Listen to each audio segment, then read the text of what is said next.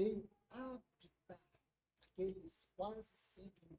Esse que é o Por importante. que Atos não colocou assim, quase 110, quase 150, colocou quase 120?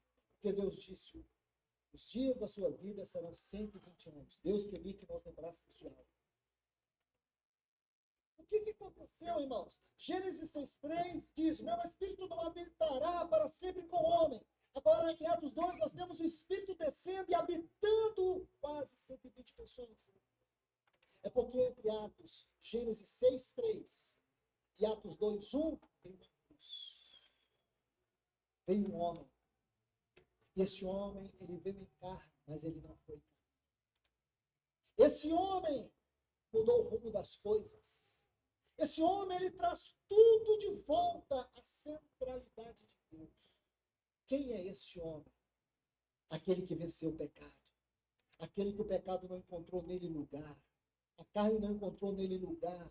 Embora tenha sido tentado em todas as coisas, ele não pecou. Ele foi provado em tudo, não caiu. Ele venceu Satanás. Ele venceu o pecado, ele venceu a morte, ele foi o homem segundo o coração de Deus. Este é o homem, e este homem tornou a nossa vida. Jesus é a nossa vida, ele é o nosso modelo, ele é o homem por nós diante de Deus. Vou repetir. Ele é o homem por nós diante de Deus. Se ele é este homem, Paulo diz, não sou eu quem vivo. Gálatas, capítulo... Antes que ele fale isso, como fala Paulo, por isso que a palavra cristão representa um pequeno Cristo. Agora, ser cristão não é ir lá numa certa igreja, uma certa denominação e jogar aguinha na cabeça. Fizeram isso comigo, eu fiz isso com meus filhos, mas foi uma grande balela.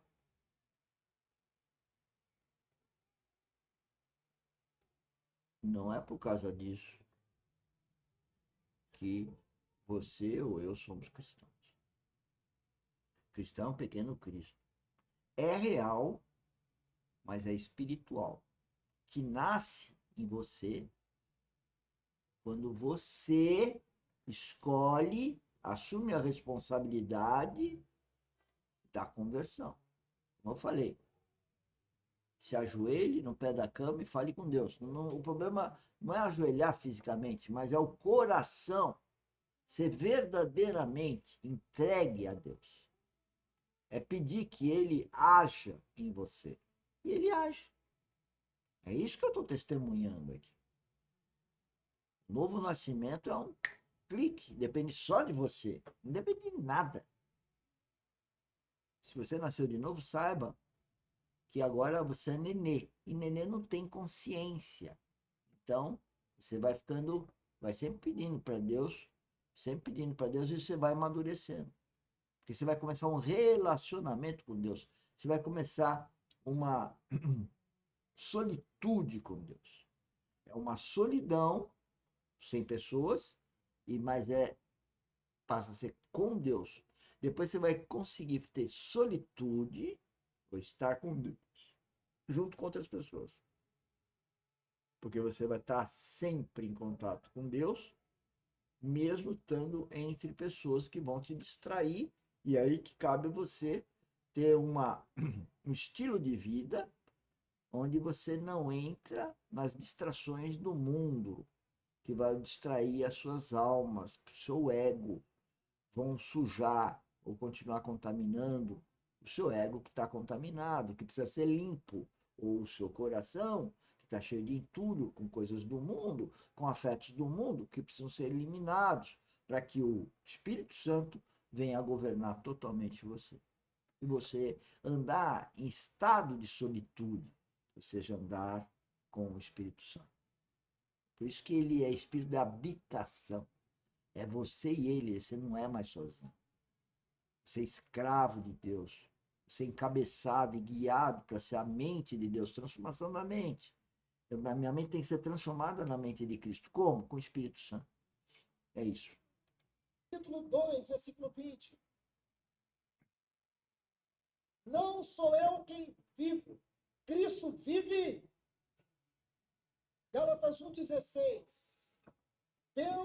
Aprove Deus revelar seu Filho em mim. Não é para mim, é em mim. Olha lá, aprove a Deus revelar o seu filho, revelar, colocar direto na consciência, em cada filho dele, os novos nascidos. Deus resolveu fazer isso. Por isso que Deus combinou lá com Jesus, com Cristo, de tal sorte que ele encarnasse, tivesse a vida de 33 anos e meio e acabasse carnalmente naquela cruz, deu a vida dele, para ressuscitar. Passou mais 40 dias e aparece para algumas pessoas, ou para muitas, e depois então ascende aos céus e está lá, nos vendo, intercedendo por nós, fazendo com que a nossa mente venha a se transformar. Mas isso depende de nós, ou seja, Deus sempre faz 100% do melhor para todos.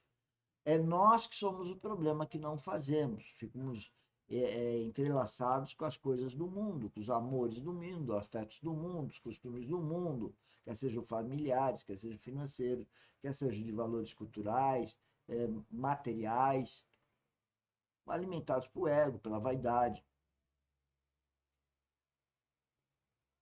alimentados pela vitimização, de acusação, não proposição.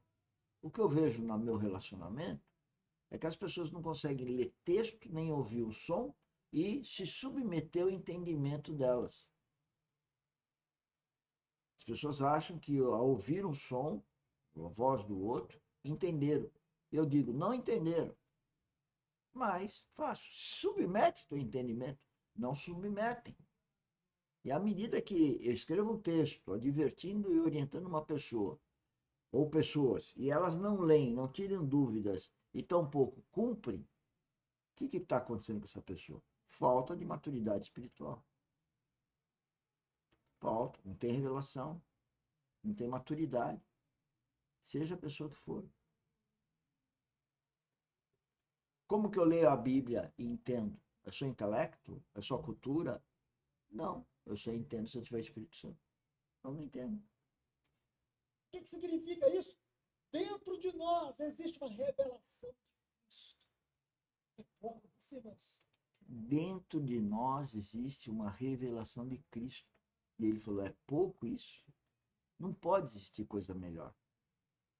E isso que nós falamos todo sábado, transformar a mente. Como? Só tendo Cristo dentro de nós, através do Espírito Santo. É pouco isso? Não é pouco isso. Não é uma revelação para mim. É uma revelação dentro de mim. Colossenses 3, Paulo diz assim, Cristo é a nossa vida. Tá vendo? Cristo é a nossa vida. Quem não tem Cristo está tendo uma vida efêmera e que vai parar no inferno. A alma vai viver eternamente no inferno. Você acha que eu falo isso com alegria? Quando os meus filhos e suas mães, a minha mulher, tem esse caminho, porque não escutam, não discernem espiritualmente. É chato dar esse testemunho, mas só dando esse testemunho que eu posso ajudá-los, tocar o coração para que eles recebam o Espírito Santo. Porque eu não estou falando mal, eu estou falando de uma coisa muito mais. Não existe coisa pior do que viver eternamente no inferno, senhores. Em Filipenses 1, 21, o que ele vai dizer? 1, 20, aliás, que Cristo é a sua vida. Cristo é a nossa vida, irmãos. Onde está o grande problema? Paulo vai responder, nós vamos estudar isso mais à frente, é que nós não sabemos o que é estar em Cristo, participar da sua vida, tê-lo como nossa vida.